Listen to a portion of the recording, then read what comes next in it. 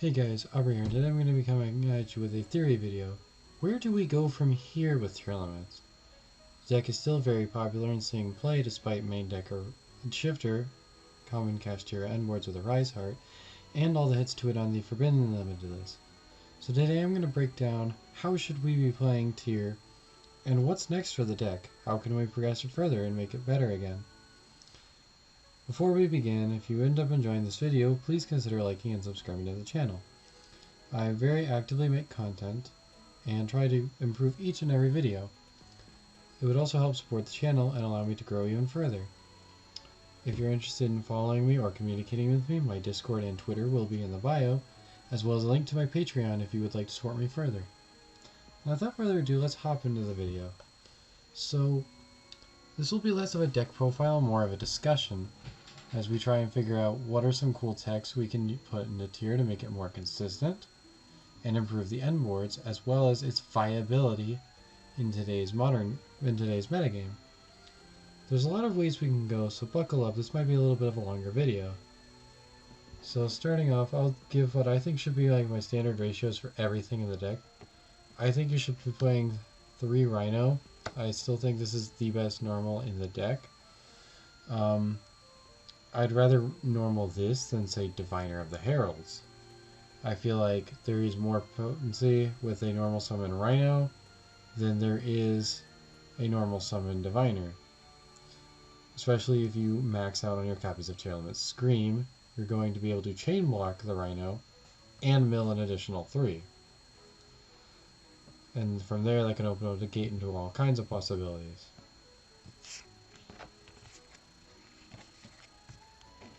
You play 1 each of the Tear Girls.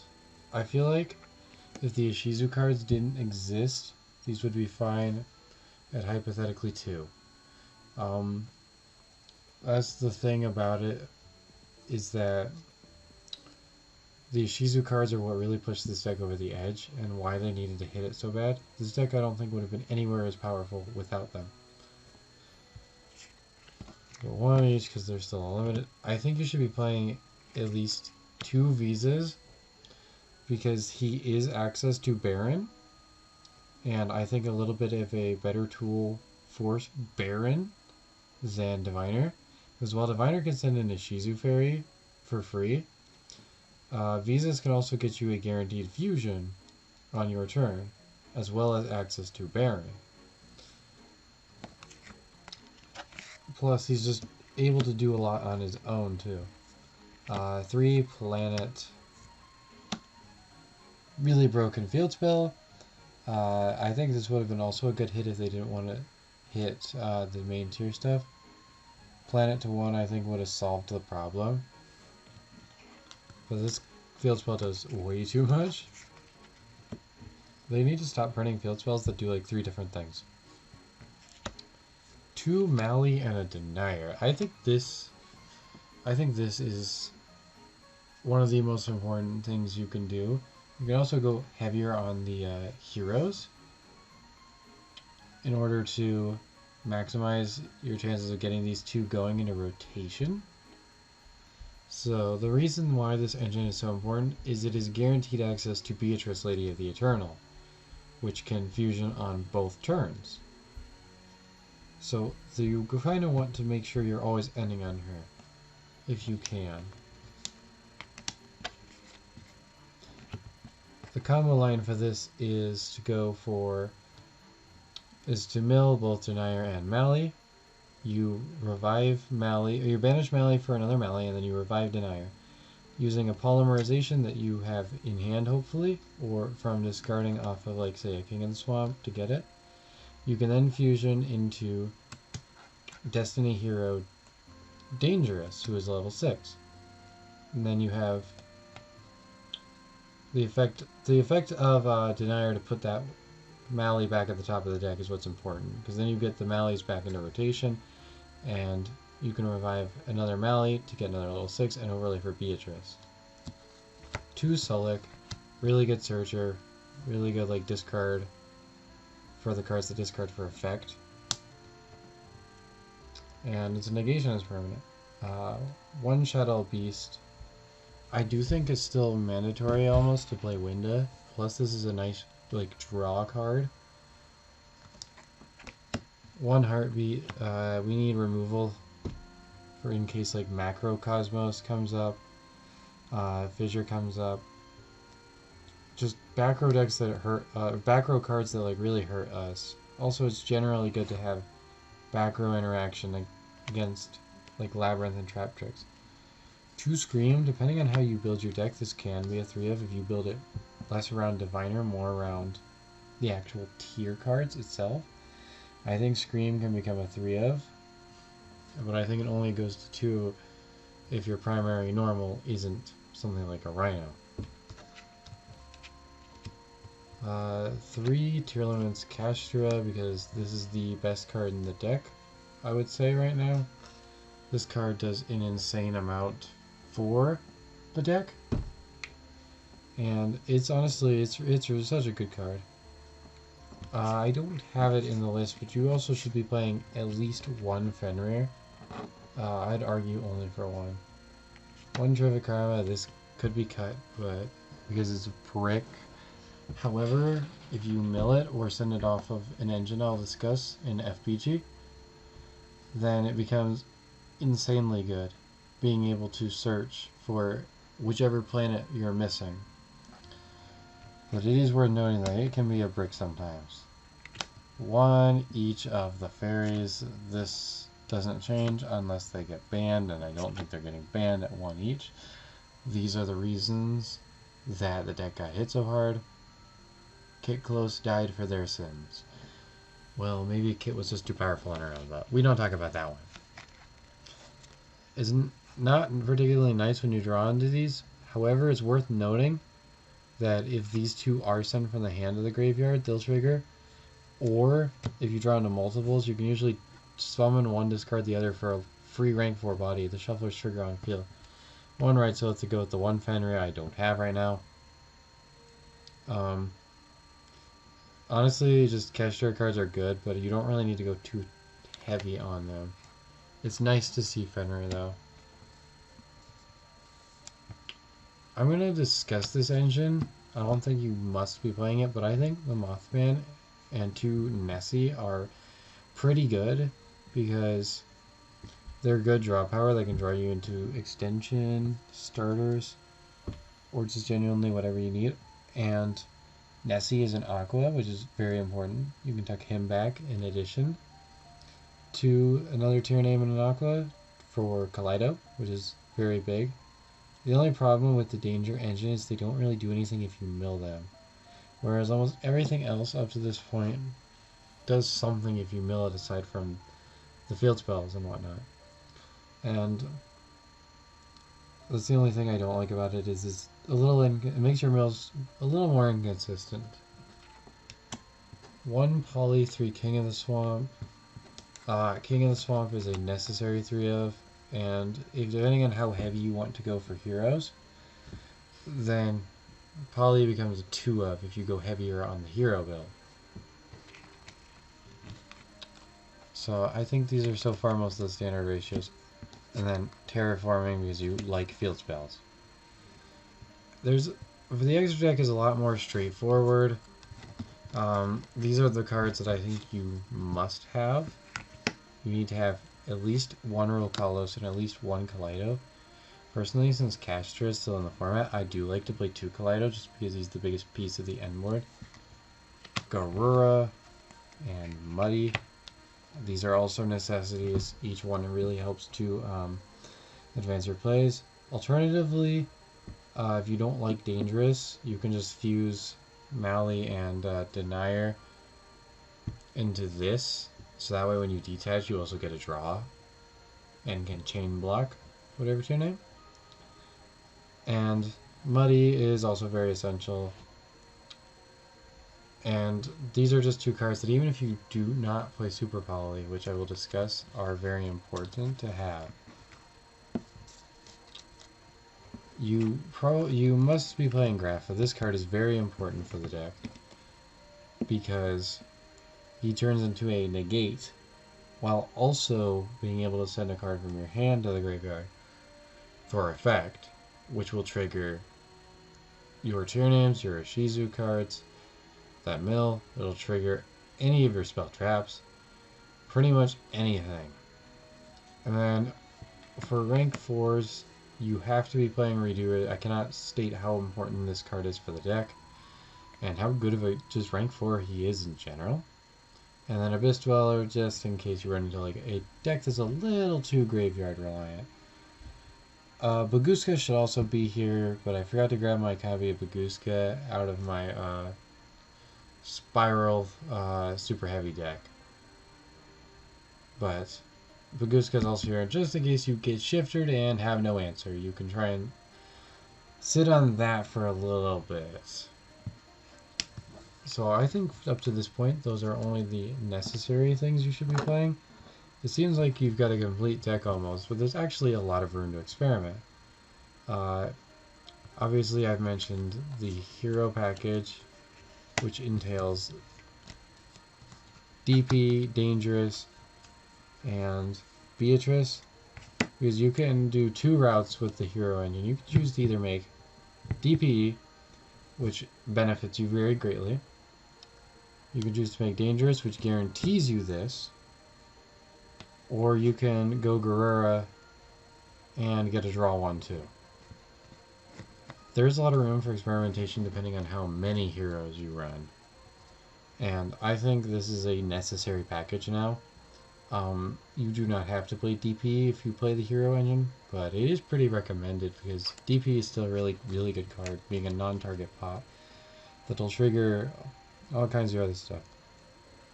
If you're playing Xyz, you probably play Zeus.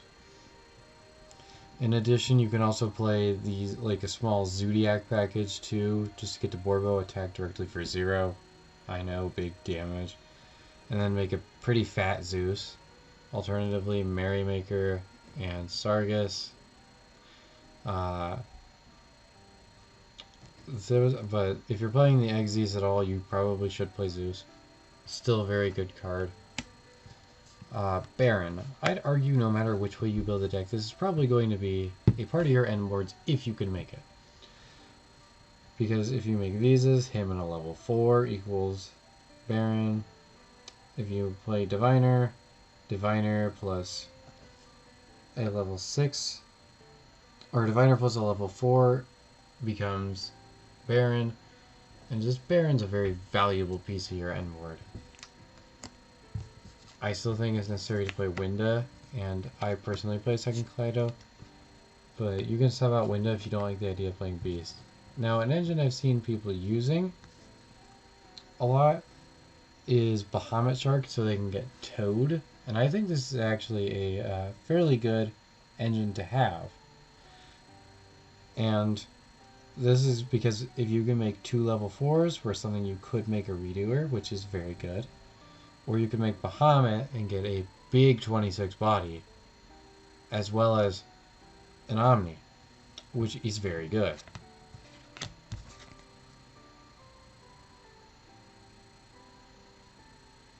It can also send tier names from your hand or face-up field to the graveyard in order to do that, in order to negate the effect. So it is worth noting. And then lastly, for the extra stuff that I've been looking around at, Ancient Fairy Dragon, if we mill Destrudo or have Destrudo, in order to Ancient Fairy Dragon into usually pop Right South to grab Perloreno and extend your combos further. I personally think this isn't a half bad idea. However, the problem with it is Destrudo is on a card you don't necessarily want to see in your opening hand, and he also costs you half your life points, which normally isn't too big of a deal. It also does require you to have Right South on field to get the most out of it.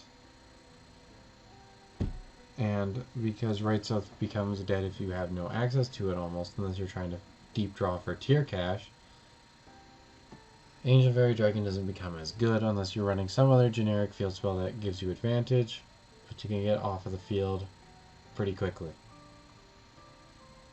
However, that ability to summon a level 4 or lower monster is very good.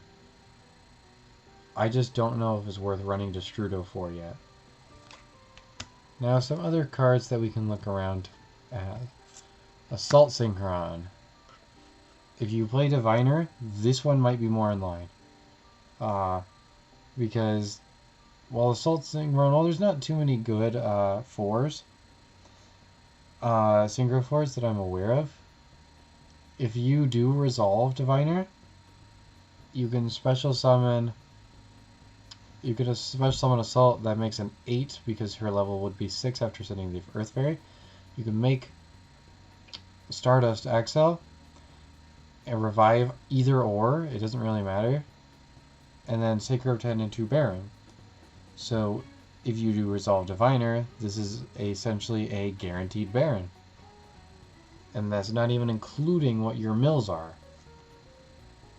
But I think this is only useful in builds that play more onto Diviner. Personally, I'm not against the idea of it, but I do not like normaling Diviner instead of Rhino. Super Polymerization. So this is a card that's typically seen main deck play in tier for a long time. And I don't know how to feel about it, because I don't think it's particularly amazing this format. I think there are matchups, i.e. like Branded and Labyrinth, where having this can be very helpful. Because it turns off stuff like Eradicator. But at the same time, it's not widely useful in as many matchups. It doesn't hurt Kashtira at all. And that's one of the big things, is how well cards can do against Kashtira. And it does not hurt Kashtira very much at all. You're not going to really get as much off of it. And that's the problem with Super Polys, is just it is not generally useful. It can be used against Sprite, but more often than not, by the time we'll be Super Polying them into something, then it's already a little too late to completely shut them down with that. Unless they blue, Special Jet, and then in that case you just go home free. But they usually grab starter objects, smashers. And I think overall you're not going to be hurt too badly with or without the card. I think it might be a side deck card at best. Still main decking Kaijus. I think this is a must, to be honest. I think this is a must do. Gamma Steel is obviously the best, but Radiant is also very good. As I've noticed from like some modern tier players, because now you get access to Mud Dragon for free rank 4 play, and just then make Bahamut, make Toad, and he's an Aqua for Kaleido, which is very important. He can remove pesky hard to get rid of stuff like Arise Heart, and that's very important because Arise Heart is still in the format and is a macro. So you do need to, I think, still need to be playing these in my main. Again, it can go either way which one. I already talked briefly about Destrudo. I think if we play this, we'd have to run more field spells than just Planet and Right South. I think we also have to run at least one Dragon's Ravine. That way we can dump him no matter what, and that way we can guarantee to get access to the other field spell we need. Or if we open Perloreno, then we get access to then we get access to everything. I'm still messing around with the idea of Destrudo, but I don't think he's particularly bad. I touched base on the dangers. They're a good draw engine. I've seen some tier players in my area talking about Battlefield Tragedy. For those of you who don't know what this does, it's a card that reads during your main phase 2. If no monsters battle each other this turn, discard one card, set another copy of this card directly from your deck to your spell trap zone.